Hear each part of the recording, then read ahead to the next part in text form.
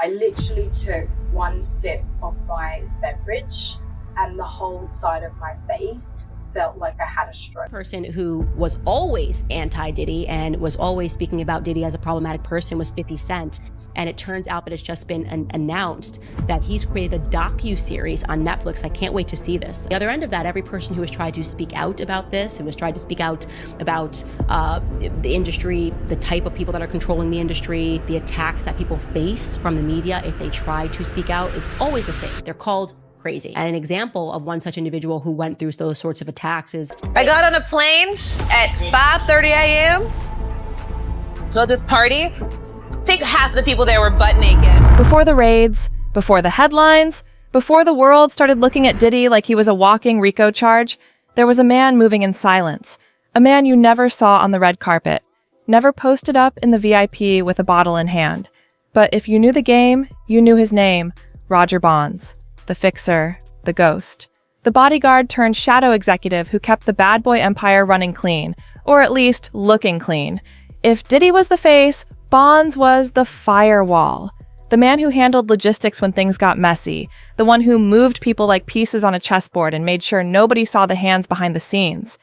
But now he's center stage. Because Bonds didn't just flip.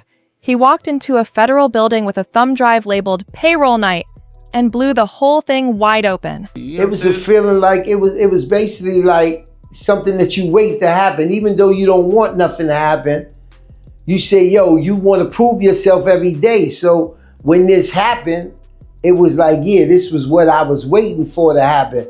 So I could prove basically that I'm loyal, basically that I got heart, basically that I'm ready to ride or die. Because when you got 30, 40 people and you go into action, it's just something that I was used to doing. It wasn't something that I really had to think about. It was something I was doing all my life.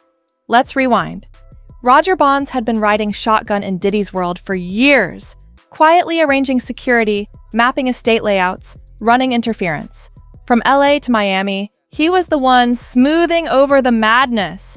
When things went sideways, Bonds was the guy who got the call, not the lawyer, not the manager. Him. But that loyalty? It dried up fast the second Bonds got caught in another state with a gun charge hanging over his head. Facing serious time, he decided to cash in his last insurance policy, the secrets. And baby, that thumb drive, that wasn't just some dusty old payroll sheet. That was a bomb with timestamps, encrypted payroll files, late-night rosters, guest care logs, internal chat backups, staff movement schedules. Everything that used to live in whispers was now in government hands, backed by digital receipts and full metadata. And guess what? The dates matched up with logs the feds already had from previous raids. That's how you know it was real. One file in particular stood out. Guest care roster, master. That's the one that got everybody sweating. Each row tracked a time slot, a location, and a guest care flag. Hundreds of entries. Initials of team leaders, door activity tied to specific nights. And guess what phrase popped up again and again? Aftercare reset. Let that sink in. Bonds told prosecutors that was code for what happened after the parties ended. Cleaners came in, linens got stripped, cameras turned off, guest wings locked down. And the crazy part? Homeland Security agents matched those logs with security camera footage showing the exact same pattern. Doors opening, video feeds going black, linen orders spiking. That's when you first heard these charges and learned that he was arrested. I mean, this has been going on for a while. You know what I'm saying? This has been going on for a while, but like I've said plenty of times, you gotta dig deep into what these things mean before you say a person is innocent, before you say a person is guilty. You know what I'm saying? You gotta really know what they talk about. When you hear sex trafficking and stuff, you automatically say, yo, it's bullshit. You automatically say it's innocent. Every time.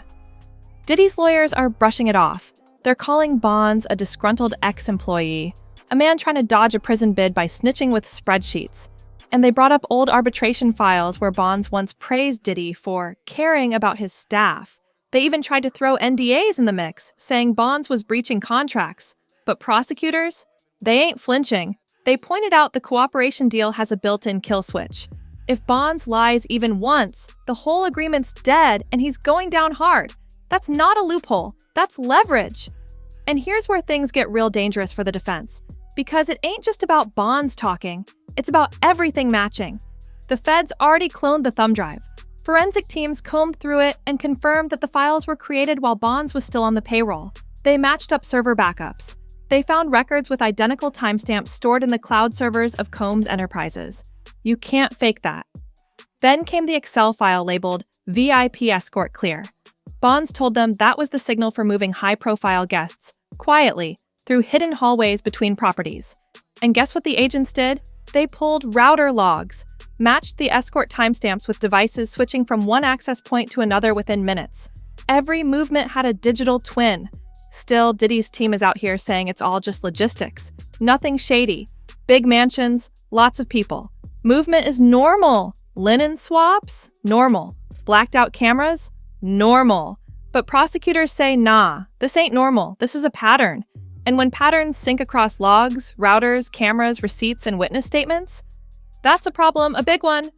Let's not forget the event enhancements file, another document from Bonds that tracked cash payouts. Big stacks, always in round numbers, labeled for last-minute talent. Bonds said it was used to pay off-the-books performers who were flown in on short notice. Defense has said it's just celeb party life. You book artists, you pay in cash. But the real tea? Those payments lined up with gaps in Diddy's corporate credit card records, the same gaps that triggered internal audits. IRS agents testified that some credit transactions were manually deleted, not just missing, deliberately scrubbed. And who brought the receipts? Bonds. He even backed it up with WhatsApp screenshots. One message from a payroll supervisor read, VIP wing reset ordered by Heartbeat. That's the same alias listed in the guest care logs. It all circles back. Prosecutors say it proves a chain of command. The defense says it's too vague. But the judge let it in, told the jury they'd decide what it means. And while all this drama unfolds, the security industry is shook. Private event firms that once bragged about silent discretion are now handing out disclosure forms. Insurance companies are updating policy terms. Now, if you're hosting a private function in a mansion and collect phones at the door, you better have logs, signatures, cameras, and a neutral third party to sign off. Because this case changed the rules. All because Roger Bonds backed up his files. And let's talk about the vibe in court. Disgusting sex acts, a wild scene, and extreme violence. Day 2 of Sean Combs' criminal trial saw the beginning of the long-awaited testimony of Cassandra Ventura, the star witness of this case. We bring on law and crime reporter Elizabeth Milner, who is once again in the courtroom, to give us a sense of what exactly happened today in court. Welcome to Sidebar, presented by Law and Crime. I'm Jesse Weber. When Bonds walked in, you could feel the tension. Clean suit, calm voice, years of experience moving silently through chaos. And now he was speaking into the mic, step by step, breaking down the flow of estates, how staff passed off linens, where devices were dropped, who held the keys to the camera room. He wasn't rattled, he wasn't guessing. He was walking jurors through the blueprints of Diddy's entire operation. He even admitted he only flipped after his gun case got serious. Said he brought the thumb drive because he knew it had the answers to who did what, when, and where. Defense tried to twist that into a setup, calling it blackmail. Bonds said it was backup, a habit he picked up over the years when staff schedules changed last minute. Prosecutors showed jurors still images of Bonds passing envelopes in service corridors.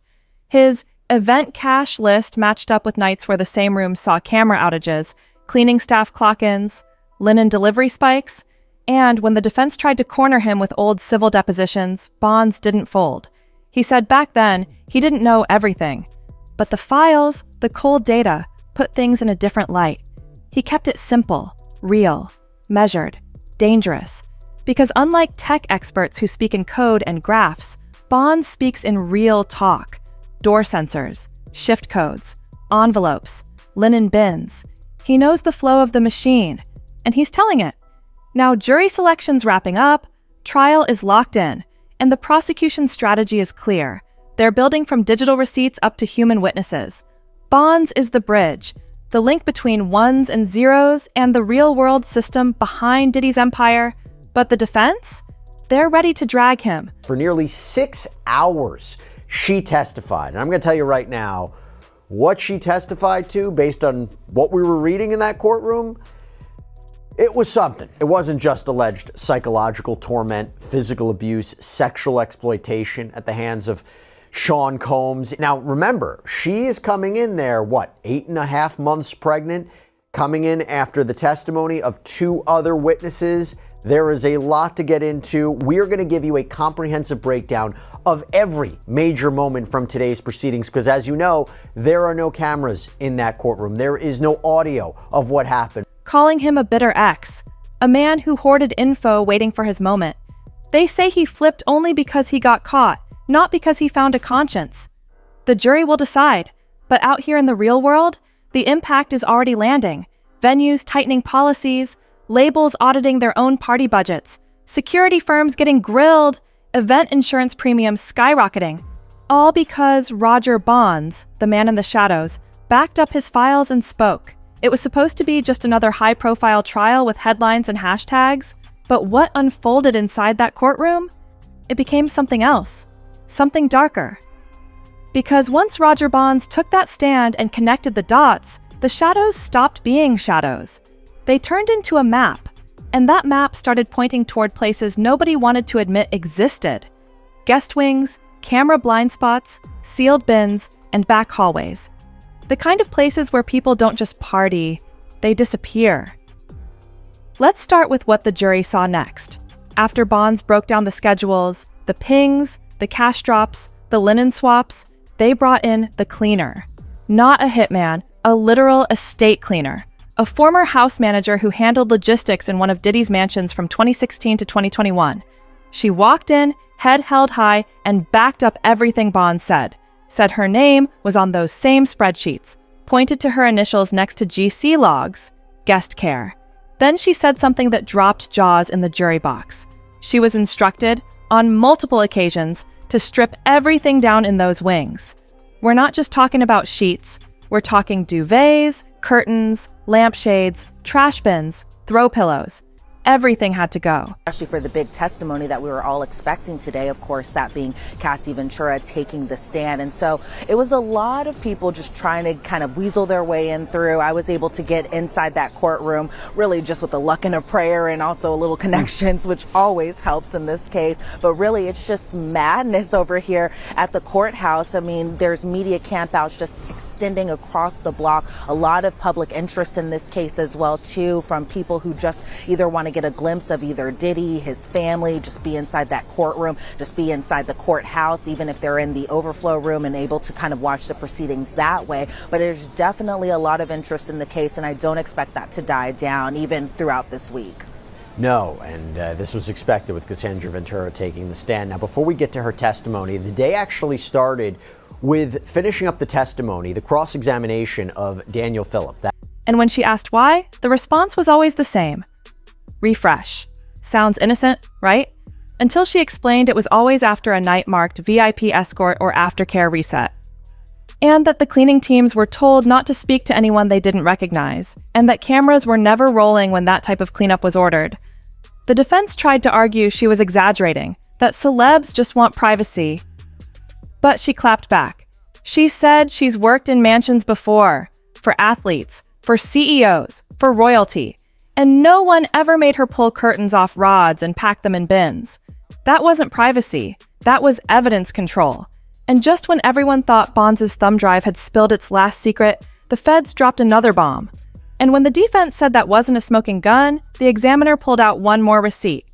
A rush order for 72 units of industrial disinfectant, shipped express to the LA estate on the morning of a now infamous party in 2021. Same party, same linen codes, same camera blackouts. Coincidence? Or cleanup? The prosecution rested. Now the defense? They didn't call a single witness. Not one.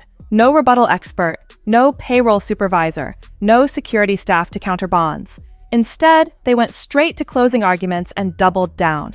Said Bonds was lying to save himself. Said the spreadsheets were real, sure, but meaningless. Just internal jargon, just hospitality, just extra cleaning for extra dirty parties. But the jury wasn't buying it. You could see it in their eyes when they left the box, because the prosecution had done more than tell a story. They showed one. Piece by piece, they built a machine. And Bonds, he didn't just throw Diddy under the bus, he drew blueprints of how that bus ran, how it rolled, who drove, who cleaned it, who fueled it, and who made sure no one saw the oil dripping out the back. In the end, whether Diddy gets convicted or not, his empire is already bleeding.